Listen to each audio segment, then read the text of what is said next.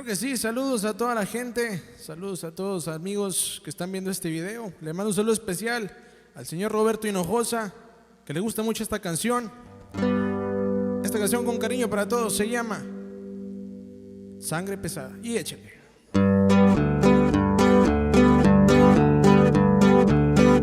A qué suerte tan negada la de ese pobre pastor. Traigo unas cabras contadas y una espina en un talón. También traigo el guaje seco porque el agua se acabó.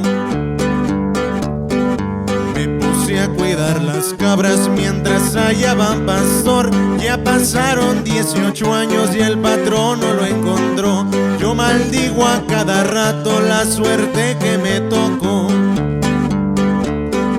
A tener sangre pesada no hay como estar en la ruina. Muy de seguro me pierdo, se viene nublando el día.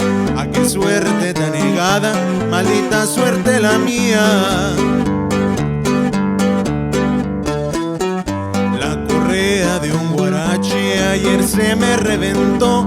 La mordida de un mapache creo que ya se me infectó. Ni con cebo de tacuache esta herida se curó.